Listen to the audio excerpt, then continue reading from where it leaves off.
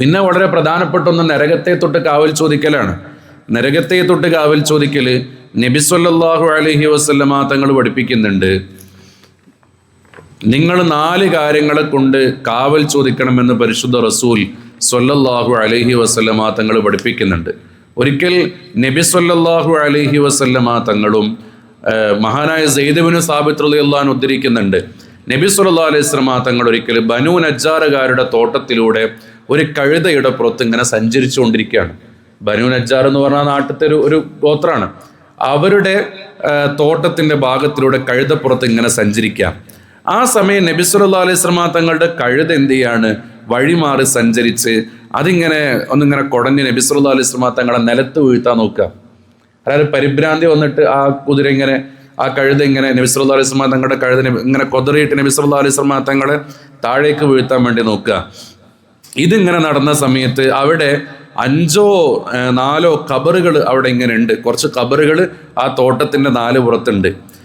ആ സമയത്ത് നബി സല്ലല്ലാഹു അലൈഹി വസല്ലമ തങ്ങൾ സ്വഹാബത്തിനോട് ചോദിക്കുന്നുണ്ട്, മൻ യഅരിഫു അസ്ഹാബ ഹാദിഹിൽ അഖ്ബർ, അത് നിങ്ങൾക്ക് ആർക്കെങ്കിലും ഈ ഖബറുകൾ ആരുടേതാണെന്നറിയോ? മൻ യഅരിഫു അസ്ഹാബ ഹാദിഹിൽ അഖ്ബരി, ഈ ഖബറുകൾ ആരുടേതാണെന്ന് നിങ്ങൾക്ക് ആർക്കെങ്കിലും അറിയോ? ആ സമയത്ത് അവർ പറയുന്നത് മാത്തൂഫിൽ ഇഷ്റാഖ്, അവരൊക്കെ മുശ്രിക്കുകളായി മരണപ്പെട്ട ആളുകളാണ് നബിയെ. കുറച്ചു കാലമായി അവരൊക്കെ മരണപ്പെട്ടിട്ട്. ആ സമയത്ത് നബി സല്ലല്ലാഹു അലൈഹി വസല്ലമ തങ്ങൾ പറയാണ്, എൻ്റെ കഴുത ഇങ്ങനെ ചാടിക്കളിക്കാനുള്ള കാര്യം എന്താണ്? നബി സല്ലല്ലാഹു അലൈഹി വസല്ലമ തങ്ങൾ പറയാണ്, നിങ്ങളെങ്ങാനും നിങ്ങളിൽ ഒരാൾ മരണപ്പെട്ട് കഴിഞ്ഞാൽ അയാളെ മറവ് ചെയ്യാൻ നിങ്ങൾ പേടിക്കും. അങ്ങനെ നിങ്ങൾ പേടിക്കും എന്ന് കരുതിയിട്ടാണ് ഈ ഖബറിൻ്റെ ഉള്ളത്തെ ശബ്ദം ഞാൻ നിങ്ങൾക്ക് കേൾപ്പിച്ചു തരാത്തതെന്ന് പരിശുദ്ധ റസൂൽ സല്ലല്ലാഹു അലൈഹി വസല്ലമ തങ്ങൾ. അതായത് ആ ഖബറിലെ ശബ്ദം നബി സല്ലല്ലാഹു അലൈഹി വസല്ലമ തങ്ങൾ കേട്ട ആ ശബ്ദം എങ്ങാനും സ്വഹാബത്തിന് കേൾപ്പിച്ചു കൊടുത്താൽ അവരുടെ ഉമ്മയോ ഉപ്പയോ കൂട്ടുകാരോ മരിച്ചാൽ അവരെ ഖബർ കൊണ്ടുപോയി കടത്തൂലാന്ന്. കാരണം അത്രയ്ക്ക് വലിയ രൂപത്തിലുള്ള ശബ്ദമാണ് ആ ഖബറിൽ നിന്ന് വരുന്നത് എന്ന് നബി സല്ലല്ലാഹു അലൈഹി വസല്ലമ തങ്ങൾ പറഞ്ഞു. ആ സമയത്ത് നബി സല്ലല്ലാഹു അലൈഹി വസല്ലമ തങ്ങൾ പറയാണ്, നിങ്ങൾ 4 കാര്യങ്ങളിൽ നിന്ന് നിങ്ങളെപ്പോഴും കാവൽ ചോദിച്ചുകൊണ്ടേയിരിക്കണം. നിങ്ങളെപ്പോഴും 4 കാര്യങ്ങളിൽ നിന്ന് കാവൽ ചോദിച്ചുകൊണ്ടേയിരിക്കണം. എന്താണ് ആ 4 കാര്യങ്ങൾ? നബി സല്ലല്ലാഹു അലൈഹി വസല്ലമ തങ്ങൾ പറയാണ് 4 കാര്യങ്ങൾ എന്താണ്? തഅവ്വദു ബില്ലാഹി മിൻ അദാബിൻ നാർ, നിങ്ങൾ നരകത്തിൻ്റെ ശിക്ഷയെ തൊട്ട് എപ്പോഴും കാവൽ ചോദിക്കണം. നരകത്തിൻ്റെ ശിക്ഷയെ തൊട്ട് കാവൽ ചോദിക്കണം. താങ്ങൂല. നരകത്തെക്കുറിച്ച് വേണമെങ്കിൽ നമുക്ക് ഒരു ദിവസം പറയാം. നരകം താങ്ങൂല. നരകത്തിന് നമ്മളൊരു സൂചിയുടെ ദ്വാരമെങ്ങാനും നരകത്തിൽ ഇട്ട് കൊടുത്താൽ, ഒരു സൂചി എന്ന് പറഞ്ഞാൽ ആ സൂചിക്ക് വളരെ ചെറിയ ദ്വാരം, അതോട് കുത്തിയാൽ ആ ദ്വാരമെങ്ങാനും നിങ്ങൾ നരകത്തിന് ഇട്ട് കൊടുത്താൽ അതിൽ നിന്ന് വരുന്നൊരു തീ കൊണ്ട് എന്ത് ചെയ്യും? ഈ ലോകം മുഴുവൻ കരിഞ്ഞു പോകുമെന്നാണ്. അമേരിക്കയും ഇറാനും തമ്മിലുള്ള യുദ്ധത്തിനിടുന്ന പീരങ്കികളോ അല്ലെങ്കിൽ ഡ്രോണുകളോ ഒന്നുമല്ല അവിടെ വരാൻ പോകുന്നത്. അത്രയ്ക്ക് വലുതാണ് നരകം എന്ന് പറയുന്നത്. രണ്ടാമത് പറയുന്നത് നഅൂദു ബില്ലാഹി മിൻ അദാബിൻ നാർ, ആ സമയത്ത് അവരെന്ത് ചെയ്തു? അല്ലാഹുവേ, നരകത്തെ തൊട്ട് ഞങ്ങൾ കാവൽ ചോദിക്കുന്നു എന്ന് പറഞ്ഞു.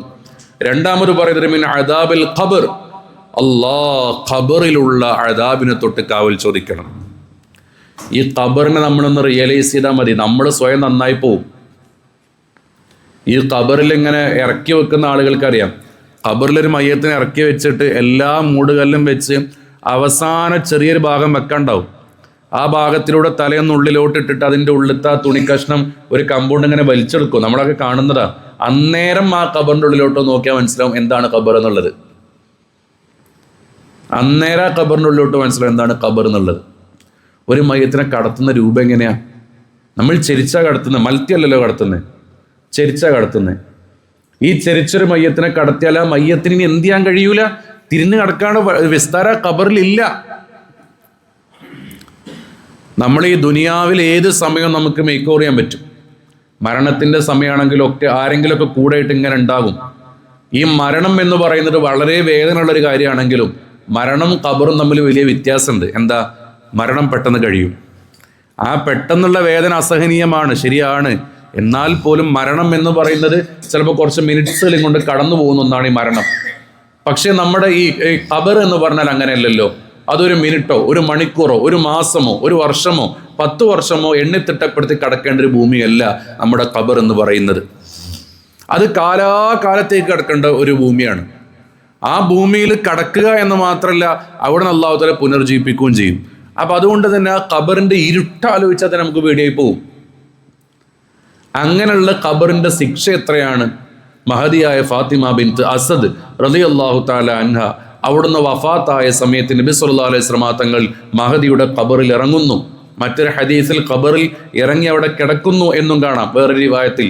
പക്ഷെ ആ ഖബറിൽ ഇറങ്ങിയിട്ട് റസൂലുള്ളാഹി സ്വല്ലല്ലാഹു അലൈഹി വസല്ലം തങ്ങൾ ഫാത്തിമ ബിൻത്ത് അസദിന്റെ ഖബറിൽ ഇറങ്ങിയിട്ട് പറയുന്നുണ്ട്, ഓ ഖബർ, നിന്റെ ശീലം ഇവിടെ ഈ മയ്യത്തിനോട് എടുക്കാൻ പാടില്ല. ഇത് ഫാത്തിമ ബിൻത്ത് അസദാണ് വരുന്നത്. ആരാണ് ഫാത്തിമ ബിൻത്ത് അസദ്? നബി സല്ലല്ലാഹു അലൈഹി വസല്ലം തങ്ങൾ അവരെ കുറിച്ച് പറയുന്നത് എന്താണ്? നിങ്ങളുടെ മക്കൾ വിശന്നിരുന്നപ്പോഴും നിങ്ങൾ എന്നെ ഭക്ഷിച്ചു, നിങ്ങളുടെ മക്കൾ കൊടുക്കാനില്ലാത്ത സമയത്തും നിങ്ങൾ എന്നെ വസ്ത്രം ഉടുപ്പിച്ചു, നിങ്ങൾ ആരും ഭക്ഷിക്കാത്ത സമയത്ത് നിങ്ങൾ എൻ്റെ വയറ് നിറച്ചു. അൻത ഉമ്മീ ബഅദ ഉമ്മീ, അൻതി ഉമ്മീ ബഅദ ഉമ്മീ, നിങ്ങൾ എൻ്റെ ഉമ്മക്ക് ശേഷമുള്ള ഉമ്മയാണ് എന്ന് വെച്ചാൽ നബി സല്ലല്ലാഹു അലൈഹി വസല്ലം തങ്ങളുടെ പോറ്റുമ്മയാണ് ഫാത്തിമ ബിൻത്ത് അസദ് റളിയല്ലാഹു തആല അൻഹ. അവരുടെ ഖബറിൽ ഇറങ്ങിയിട്ടാണ് നബി സല്ലല്ലാഹു അലൈഹി വസല്ലം തങ്ങൾ പറഞ്ഞത്, നിന്റെ തനി സ്വഭാവം ഇവിടെ എടുക്കാൻ പാടില്ല. ഒരു ഖബറിലായിട്ടൊരു മനുഷ്യനെ കടത്തിയാൽ ഖബർ എടുക്കുമെന്നാണ്. എടുക്കുന്ന വാരിയല്ലുകൾ പരസ്പരം ഇങ്ങനെ കൂർന്നു വരുന്ന രൂപത്തിൽ ഇടുക്കിക്കളയും. ആ സ്വഭാവം എടുക്കരുത് എന്ന് ഫാത്തിമ ബിൻത്ത് അസദ് റളിയല്ലാഹു തആല അൻഹയുടെ ഖബറിൽ ഇറങ്ങി മുത്തു നബി സ്വല്ലല്ലാഹു അലൈഹി വസല്ലമ തങ്ങൾ പറഞ്ഞുവെങ്കിൽ ഇത്രയാണ് ആ ഖബറുള്ളത്. സ്വഹാബത്തെല്ലാവരും അതിനെ അഭിമുഖീകരിച്ചതാണ്. അപ്പം അതുകൊണ്ട് ആ ഖബറത്തെ ശിക്ഷ എന്ന് പറഞ്ഞത് ചില്ലറൊന്നുമില്ല. ഖബറിനെ കുറിച്ച് പറയാൻ നമുക്ക് എത്ര സമയം എടുത്താലും മതിയാവില്ല. അപ്പം ഖബറിലുള്ള ശിക്ഷയെക്കുറിച്ച് നിരന്തരം നമ്മൾ കാവൽ ചോദിച്ചുകൊണ്ടേയിരിക്കണം. പ്രത്യക്ഷവും പരോക്ഷവുമായ സകല ഫിത്നകളിൽ നമ്മൾ കാവൽ ചോദിക്കണം. നമ്മുടെ മുതലിന്, നമ്മുടെ സമ്പത്തിന്, നമ്മുടെ ശരീരത്തിനൊക്കെ വരുന്ന എല്ലാ ഫിത്നകളിലും നമ്മൾ കാവൽ ചോദിക്കണം. മറ്റൊന്നാണ് വളരെ പ്രധാനപ്പെട്ടത്, ദജ്ജാലിൻ്റെ ഫിത്നയെ തൊട്ട് നിങ്ങൾ കാവൽ ചോദിക്കണം. അല്ലാഹു തആല കാക്കട്ടെ. ഈ 4 ഫിത്നകളെ തൊട്ട് കാവൽ ചോദിക്കണമെന്ന് റസൂലുള്ളാഹി സ്വല്ലല്ലാഹു അലൈഹി വസല്ലം തങ്ങൾ. എന്നാൽ നിങ്ങൾ ആലോചിച്ച് നോക്കുന്നുണ്ടോ, ഇതൊരു ദിവസം നമ്മൾ 5 പ്രാവശ്യം കാവൽ ചോദിക്കുന്ന ഒന്നാണ്. പക്ഷെ നമ്മൾ പലപ്പോഴും സ്കിപ്പ് ചെയ്യുന്നു എന്ന് മാത്രം. നിസ്കാരത്തിലെ അവസാന അത്തഹിയ്യാത്ത്, അതിനുശേഷം ഇബ്രാഹിമിയ സ്വലാത്ത്, അതിനുശേഷം അല്ലാഹുമ്മ ഗഫിർലി മാ ഖദ്ദംതു വമാ അഖർതു എന്ന് പറഞ്ഞ് നമ്മൾ ദുആ ചെയ്യുന്ന ദുആ ഉണ്ട്. അതിന് ലാസ്റ്റിൽ കാണാം, അല്ലാഹുമ്മ ഇന്നി അഊദു ബിക മിൻ അദാബിൽ ഖബ്ർ വമിൻ അദാബിൻ നാർ വമിൻ ഫിത്നത്തിൽ മഹ്യാ വൽ വമമാതി വമിൻ ഫിത്നത്തിൽ മസീഹിദ് ദജ്ജാൽ. എത്ര പ്രാധാന്യമുള്ള ദിക്റാണ് നമ്മൾ മനസ്സിലാക്കണം. നമുക്കിതിങ്ങനെ കട്ടിയാനുള്ള കാര്യമല്ലത്. അല്ലാഹുമ്മ ഇന്നി അഊദു ബിക മിൻ അദാബിൽ ഖബ്ർ, ഞാൻ ഒറ്റക്ക് കിടക്കേണ്ട എൻ്റെ ഖബറിലുള്ള ശിക്ഷയെ തൊട്ട് കാവൽ ചോദിക്കുന്നു. ഞാൻ ഒറ്റക്ക് കിടക്കേണ്ട ഖബറാണ്, വേറെ ഒരാളും കൂട്ടിന് വരാൻ പോണില്ല. ഞാൻ ഒറ്റക്ക് കിടക്കേണ്ട ഖബറിൽ നിന്ന് അല്ലാഹുവേ ഞാൻ നിന്നോട് കാവൽ ചോദിക്കുന്നു, അവിടുത്തെ ശിക്ഷയിൽ നിന്ന്. അതാണ് അല്ലാഹുമ്മ ഇന്നി അഊദു ബിക മിൻ അദാബിൽ ഖബ്ർ വമിൻ അദാബിൻ നാർ. അല്ലാഹുവേ നരകത്തിൻ്റെ ശിക്ഷയെ തൊട്ട് കാവൽ ചോദിക്കുന്നു. എനിക്ക് താങ്ങൂല.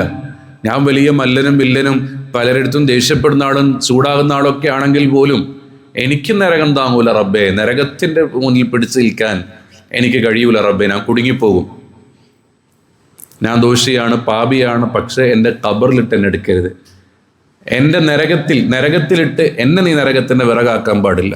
വമിൻ ഫിത്നത്തിൽ മഹ്യാ വൽ വമമാതി, ജീവിക്കുന്ന കാലത്തോളം മരിക്കുന്ന കാലത്തോളം എന്തെല്ലാം ഫിത്നകൾ വരുന്നുണ്ടോ അതെല്ലാം എനിക്ക് അതിൽ നിന്നൊക്കെ കാവല് കിട്ടണം, ആഖിബത്ത് നന്നായി കിട്ടണം. മരിക്കുന്ന സമയത്ത് ഇബ്ലീസിൻ്റെ കെണിയിൽ പെടാൻ പാടില്ല.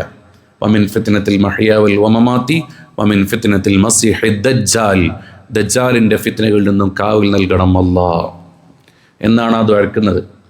അത് നമ്മൾ സ്കിപ്പ് ചെയ്യേണ്ട ഒന്നല്ല, ഡെയിലി വരക്കേണ്ട കാര്യമാണ്. അല്ലാഹു തആല തൗഫീഖ് നൽകുമാറാകട്ടെ. ഇങ്ങനെ പഠിപ്പിക്കുന്ന ധാരാളം ദുആകളുണ്ട്. നിസ്കാരങ്ങൾക്ക് മഗ്രിബിൻ്റെയും സുബഹിൻ്റെയും ശേഷം ആ ഇരുന്ന ഇരിപ്പിലിരുന്ന് 10 പ്രാവശ്യം ലാ ഇലാഹ ഇല്ലല്ലാഹു വഹ്ദഹു ലാ ശരീക ലഹ് എന്നത് ചൊല്ലലും, അതിനുശേഷം അല്ലാഹുമ്മ ജിർനി മിനന്നാർ എന്നത് 7 പ്രാവശ്യം ചൊല്ലുക. അല്ലാഹുമ്മ ജിർനി മിനന്നാർ എന്ന് പറഞ്ഞാൽ അതിൻ്റെ അർത്ഥം എന്താ? അല്ലാഹു നരകത്തെ തൊട്ട് കാവൽ തരണേന്നാണ്. മിമ്പറിന്ന് ഖതീബ് ഇങ്ങനെ പറയും, അല്ലാഹുമ്മ ജിർനി മിനന്നാർ. അതിൻ്റെ അർത്ഥം എന്താ? നരകത്തിൻ്റെ ശിക്ഷയെ തൊട്ട് കാക്കണേന്നാണ്. അപ്പോൾ അത് വളരെ പ്രധാനപ്പെട്ട ഒന്ന്, ജീവിതത്തിൽ ഉണ്ടായിരിക്കേണ്ട വളരെ പ്രധാനപ്പെട്ട ഒന്നാണ്. അപ്പോൾ ഇത്തരം ദുആകൾ ഒരിക്കലും നമ്മുടെ ജീവിതത്തിൽ നമ്മൾ മാറ്റി നിർത്തിക്കൂടാ. ഇതൊക്കെ അല്ലാഹു തആല സംവിധാനിച്ച് നമുക്ക് വേണ്ടിയിട്ടാണ്. നമ്മളത് കൃത്യമായിട്ട് നിർവഹിക്കണം. നിസ്കാരങ്ങൾക്ക് ശേഷം സുബ്ഹാനല്ലാഹും അൽഹംദുലില്ലാഹും അല്ലാഹു അക്ബറും പള്ളിയിൽ വരുമ്പോൾ മാത്രം ചൊല്ലാനുള്ളതല്ല, അല്ലാത്ത സമയങ്ങളിലും ചൊല്ലാനുള്ളതാണ്. അതുകൊണ്ട് ഇന്നത്തെ ക്ലാസ് അവസാനിപ്പിക്കുകയാണ്. ആ സമയത്ത് ഓർമ്മപ്പെടുത്താനുള്ളത്, ഇത്തരം ദുആകൾ ഒരിക്കലും നമ്മൾ ഒഴിവാക്കിക്കൂടാ. തറാവീഹ് നിസ്കരിക്കുമ്പോഴടക്കം നമ്മളത് ഒഴിവാക്കാറില്ല. തറാവീഹ് നിസ്കരിക്കുമ്പോഴടക്കം ഇമാമ് അത് ചൊല്ലാറുണ്ട്. നമ്മൾ അല്ലാഹുമ്മ സ്വല്ലി അലാ സയ്യിദിനാ മുഹമ്മദ് വഅലാ ആലി സയ്യിദിനാ മുഹമ്മദ് നിർത്തൂല, നമ്മൾ മസ്ജിദ് ദജ്ജാൽ ചൊല്ലും. ഇനി ഇൻകേസ് ചൊല്ലാൻ സമയമില്ലെങ്കിൽ ആ 4 ദുആയെങ്കിലും ദ്വാരക്കണം. അല്ലാഹുമ്മ ഇന്നി അഊദു ബിക മിൻ അദാബിൽ ഖബറെങ്കിലും എന്ത് ചെയ്യണം, അവിടുന്ന് ദ്വാരന്ന് മസീഹ് ദജ്ജാൽ വരെയെങ്കിലും ദുആ ചെയ്യാൻ നമ്മൾ പഠിക്കണം, മാറണം.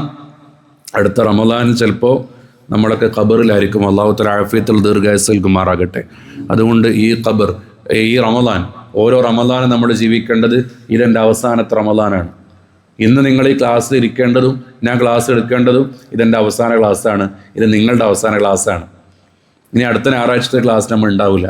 ഇനി ഈ പള്ളി നമ്മൾ ഇറങ്ങുന്നത് അടുത്തൊരു വക്തിന് പള്ളിയിലേക്ക് തിരിച്ചു വരാൻ ഞാൻ ഉണ്ടാവില്ല എന്ന് മനസ്സിലാക്കിയിട്ട് ഇറങ്ങേണ്ടത്. അങ്ങനെ റമദാനിൽ പ്രത്യേകിച്ച് ജീവിക്കണ്ടേ. പോയ സമയം പോയ സമയം ഇനി എന്തുമില്ല, ഒരിക്കലും തിരിച്ചു വരില്ല, അത് മനസ്സിലാക്കണം. അതുകൊണ്ട് റമദാൻ ഉപയോഗപ്പെടുത്തുക. അതിന് പറ്റുന്ന ഏറ്റവും നല്ല വഴിയാണ് ഞാൻ നിങ്ങൾക്ക് ആദ്യം പറഞ്ഞു തന്നത്. നമ്മൾ ധാരാളം തറാവീഹ് നിസ്കരിച്ചു, അതിനൊക്കെ ഒരു ഖബൂലിയത്ത് കൂടി ഉണ്ടാവാൻ നമ്മുടെ ചുറ്റിലുള്ളവർക്കൊക്കെ നോക്കിയിട്ട് അവരിലേക്കൊക്കെ സഹായം എത്തിക്കാൻ വേണ്ടി ശ്രമിക്കുക. അല്ലാഹു തആല വലിയ സന്തോഷം നൽകുമാറാകട്ടെ, വലിയ തൗഫീഖ് നൽകി അനുഗ്രഹിക്കുമാറാകട്ടെ. ഇത്തരം നല്ല നല്ല ശീലങ്ങൾ നമ്മുടെ ജീവിതത്തിൽ എപ്പോഴും നമ്മൾ കൊണ്ടുവരിക. മറ്റൊരാളെ കാണുന്ന സമയത്ത് അഫ്ഷുസ്സലാമ ബൈനക്കും, പരസ്പരം സലാമിനെ വർദ്ധിപ്പിക്കുക. സലാം പറയുന്ന സമയത്ത് പുഞ്ചിരിച്ചുകൊണ്ട് സലാം പറയുക, വലത് കൈ കൊണ്ട് സലാം നമ്മൾ നൽകുക. ആ കാര്യങ്ങളൊക്കെ നമ്മൾ ചെയ്യണം.